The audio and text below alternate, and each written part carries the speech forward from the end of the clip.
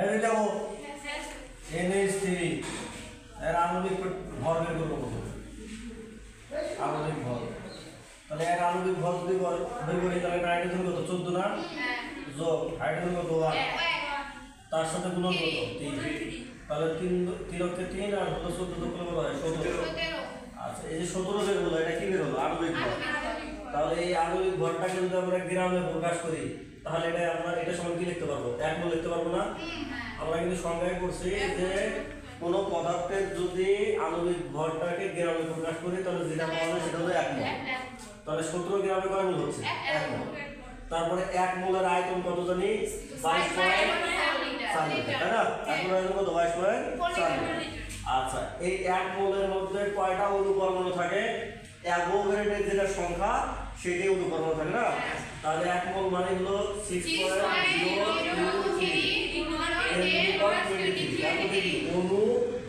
অণু বললে অণু বলবা, পরমাণু বললে কি পরমাণু, আর আয়ন বললে কি আয়ন। ঠিক আছে, তার মানে আমরা দেখতেছি যে কোনো পদার্থে যদি আমরা আণবিক ভর বের করে ওটাকে গ্রামে প্রকাশ করি, ওটা যত গ্রামে হোক ওটা সমান 1 মোল লিখি। আর 1 মোল মানেই কত? 22.4 লিটার। আর 1 মোল মানে হচ্ছে 6.023 ঠিক আছে।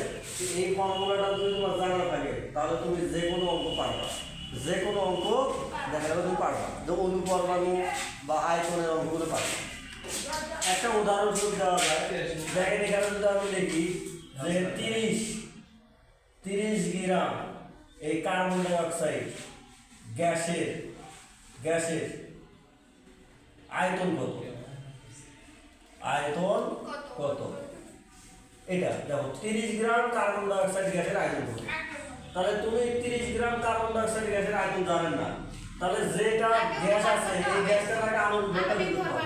তাহলে এটা যদি আমরা আণবিক ভর বের করি তাহলে কার্বন ডাই অক্সাইডের আণবিক ভর তাহলে এটার আণবিক ভর দেখেন কার্বনের 12 যোগ 16 গুণন কত 2, 16 দুগুণে 32 আর 12 যোগ করলে 44। তাহলে এই 44 গ্রামের মানে কয় মোল বলো? 44 গ্রাম মানে 1 মোল, আর 1 মোল মানে কত? আয়তন কত? 22.4 লিটার।